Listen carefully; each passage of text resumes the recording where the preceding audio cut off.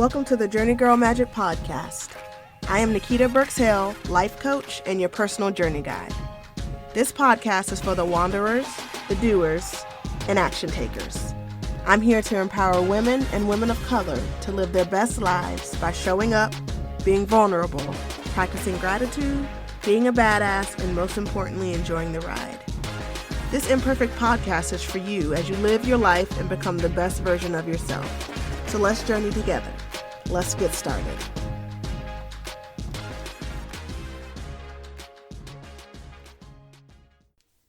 Hey everyone, it's Nikita, and welcome to another episode of the Journey Girl Magic Podcast. Now, it is a new month. We are finally in the month of February. January is over, and real talk, I thought that it would never end. So now February is here, and I am feeling refreshed and renewed. I hope everyone had a good weekend. Mine was really productive. I feel like it was the most productive weekend that I have had in a while. I spent it balancing my time between family and Mickey Mouse and also working on my business, mainly putting in some serious work with my digital course, which will be released in the spring, and revamping my Affirmation Journeys workshop, which will be starting in March. Don't worry, more information will be coming soon for that. So I would say that I had a very creative weekend with lots of space for innovative thinking and content creation. And you would think that all that time I spent, that I would have no more mental space to do anything else, to even plan more, to envision more, that I would just want to sleep and have some downtime. But surprisingly, that was not the case. After this weekend, I feel like I am more inspired than ever. There are so many people around me doing such great things, taking on new roles, stepping out of their comfort zone, and it really is inspiring to me. For example, I have one friend who's launching a new business, another who just had a new baby. Everyone is transforming and growing. And seeing these people in my circle journeying and doing the work has actually been really inspiring for me. And it inspired me to do this episode today. So today, we're going to start the first in a 3-part series talking about the people around us, your inner circle, the ones that you keep closest to you. So as you are on your journey, I want to know who you are traveling with. Who's on your team? Who is in your passenger seat? Because it's the new year, I feel like we've been surrounded by these notions of new year, new you. Start the year off right by putting yourself first. I was driving the other day to work and I saw a billboard that said 2020, the year of self-care. Now y'all know I will be the first person to talk about self-care. And if you give me your ear, I will talk it off. But the truth is, self-care isn't enough. We need more than that. I think we need community care. We need people that we can call on when we are in our darkest moments. We need people who will reach out to us when we shut down. We need people who will hear our celebrations and our cries. So having a solid community around us is so important. But how do we build these communities? How can we be selective? Because let me be clear, not everyone should be in your community, and not everyone deserves to be in your circle. So let's jump right in. I want you to take a moment and think about the people around you. The people closest to you. The ones who you talk to every day, who you go to for support. As you're thinking of these people, I want you to ask yourself these next set of questions. Do you really like them? Like them as a person? Do they like you? Do you value their presence? Do they value yours? Do you trust them? Do they trust you?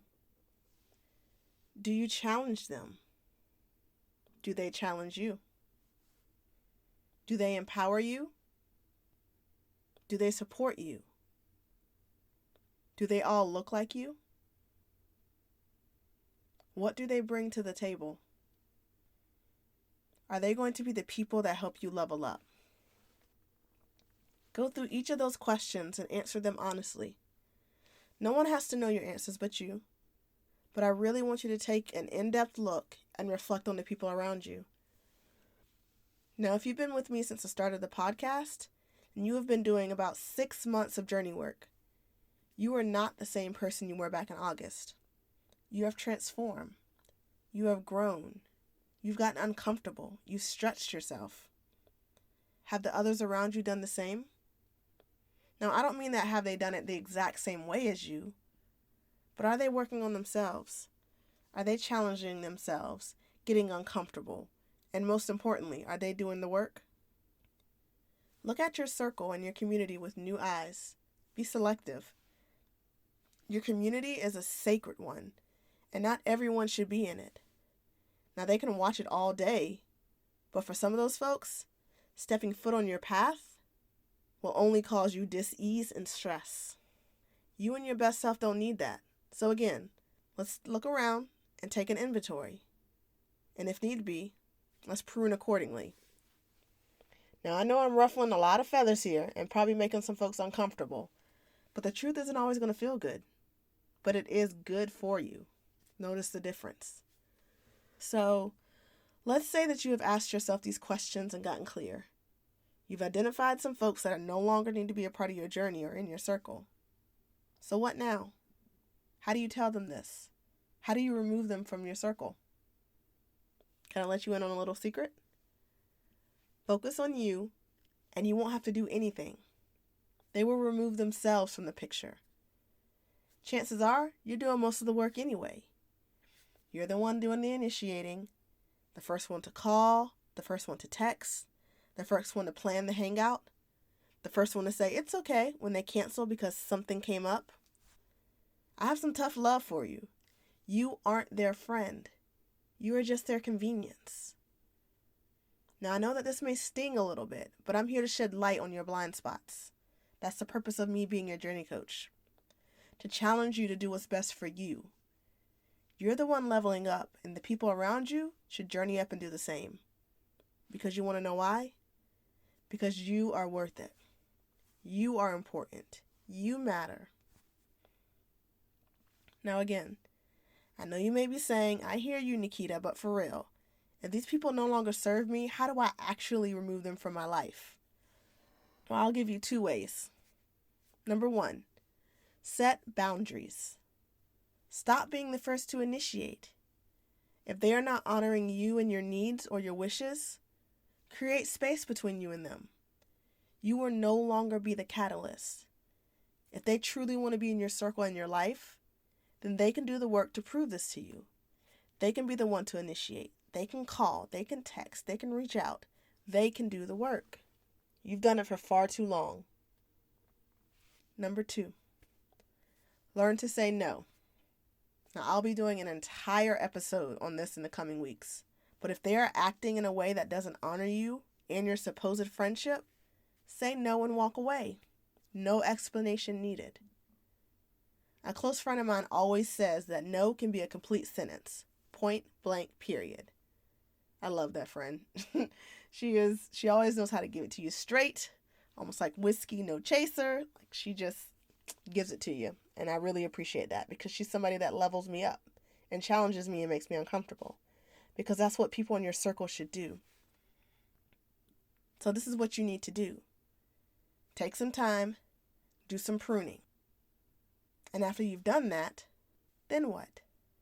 So now that you've actually pared down on your quote-unquote journey mates, as I like to call them, your circle, I want you to ask yourself, do I now need to add certain folks to my circle? Now, this doesn't mean that you're going to replace everyone that you just removed, one for one, tit for tat, just for the sake of numbers. But there may be some gaps. You may currently have a person who supports you, and then someone else who's your cheerleader, but that person who used to be your rebel, who used to challenge you, may no longer be in your circle. They may have self-removed. So now, naturally, let's talk about how to intentionally expand your circle and grow your community.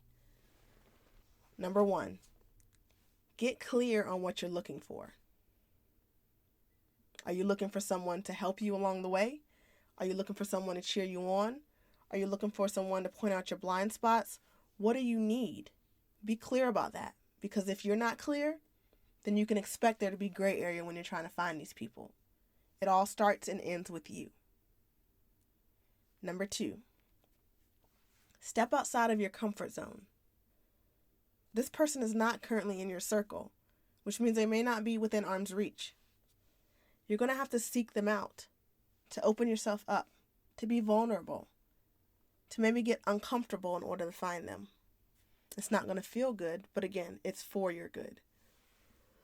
Number 3, take a close look at your acquaintances. Now, I know I just said that your new people may not be within arm's reach, but in actuality, they may be.